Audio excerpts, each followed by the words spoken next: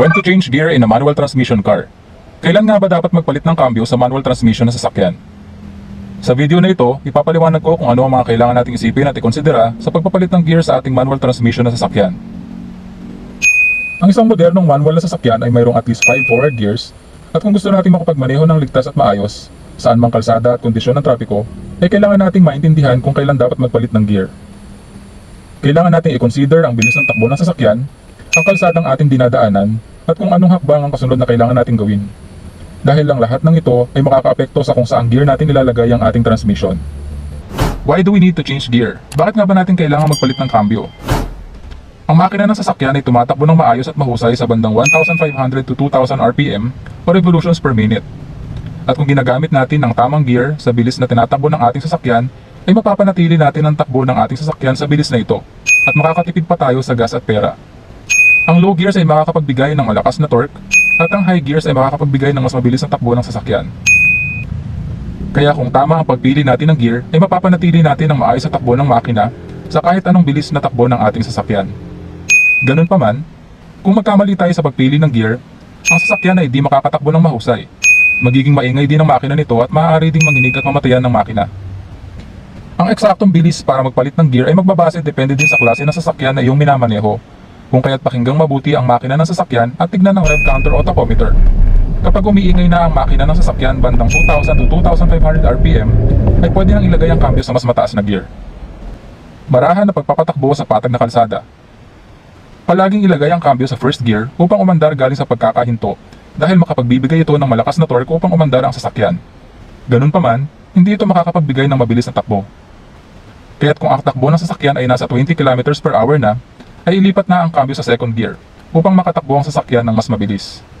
Kapag ang takbo ng sasakyan ay nasa 30 to 40 km per hour na, ay pwede mo nang ilipat ang kambyo sa third gear na makapagbibigay ng mas mabilis na takbo, ngunit hihina ng bahagya ang hatak ng sasakyan.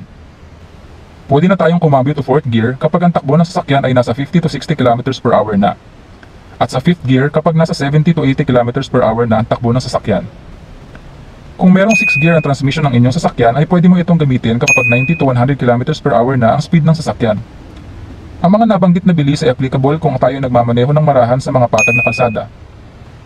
Kung gusto natin tumakbo ang makina ng ating sasakyan ng maayos sa bawat given speed, ay kailangan nating malaman kung kailan dapat ibaba sa mas mababang gear ang transmission nito habang binabagalan natin ang takbo ng ating sasakyan. Ang bilis ng takbo ng ating sasakyan kung kailan dapat tayo magbaba ng gear ay halos kapareho ng bilis kung kailan dapat tayo magpalit sa mas mataas na gear. Halimbawa, tayo ay tumatakbo ng 70 to 80 km per hour at 5th gear.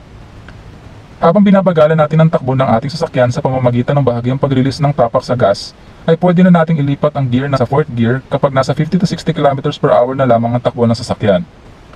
Sa 3rd gear kapag 30 to 40 km na lamang, at 2nd gear kapag nasa 20 km per hour na lamang. Bihira na kailangang ibaba ang kambyo sa 1st gear habang umaandar na ang sasakyan, pero kung kailangan natin magpatakbo ng mas mabagal pa sa walking pace, ay pwede mong ibaba ang kambyo sa 1st gear kung ang takbo ng sasakyan ay nasa 10 km per hour na lamang. Okay lang ba na lumaktaw ng gears kapag nagbababa ng kambyo? Ang mga modernong sasakyan ay may mas malakas na mga preno at mas maayos na gearbox kumpara sa mga sinaunang sasakyan. Kaya't okay lang na mag-skip ng gear sa panahon ngayon. Ang driving technique na ito ay tinatawag na block gear changing, at ito ay malaki ang pakinabang lalo na kapag kailangan magbagal agad ng takbo o sa mga palikong daan. Halimbawa, tayo ay tumatakbo ng 70 to 80 km per hour at 5th gear, papunta sa palikong daan. Habang pumipreno at bumabagal ang takbo ng sasakyan papalapit sa palikong daan, ay pwede nating ibaba ang kambyo sa 3rd gear o 2nd gear depende sa bagal ng takbo ng sasakyan. Ang prinsipyo sa pagpapalit ng gears ay magpalit ng bilis bago magpalit ng gear. Nakadepende sa bilis ng takbo ng sasakyan kung sa anong gear mo ililipat ang transmission habang binabagalan ng takbo nito.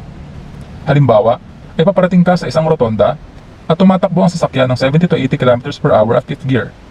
Habang pumipreno at bumabagal ang takbo ng sasakyan ay kailangan mong ilipat ang kambyo sa mas mababang gear base sa speed na kasalukuyan nitong tinatakbo. Kung papasok tayo sa isang kalsada na mabilis ang takbo ng traffic, ay kakailanganin nating makarating sa mas mataas na speed ng mas mabilis. Para magawa ito, ay kailangan nating patakbuhin ang sasakyan at least additional 15 km per hour kumpara sa normal sa bawat gear upang makarib ng mas mataas ang makina ng ating sasakyan. Dahil dito, ay gagamit ang makina ng sasakyan ng mas maraming gas at mas iingay din ito, pero mas mabilis mong makukuha ang kailangang bilis ng sasakyan sa pinasok mong kalsada.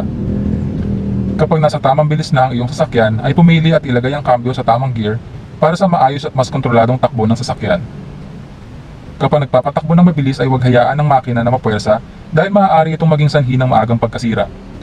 Alamin ang mga red line limiter sa tachometer ng sasakyan upang malaman ang limitasyon ng takbo nito. Tandaan na nagkakaiba-iba ang bawat sasakyan pagdating sa usapin nito.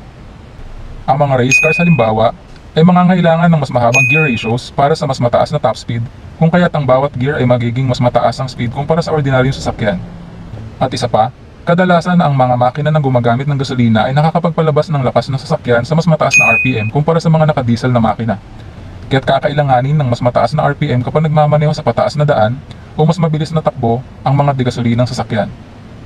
Kung pakikinggan mong mabuti ang makina ng iyong sasakyan ay maririnig mo kapag ito ay umiingay na at kailangan mo na magpalit sa mas mataas na gear.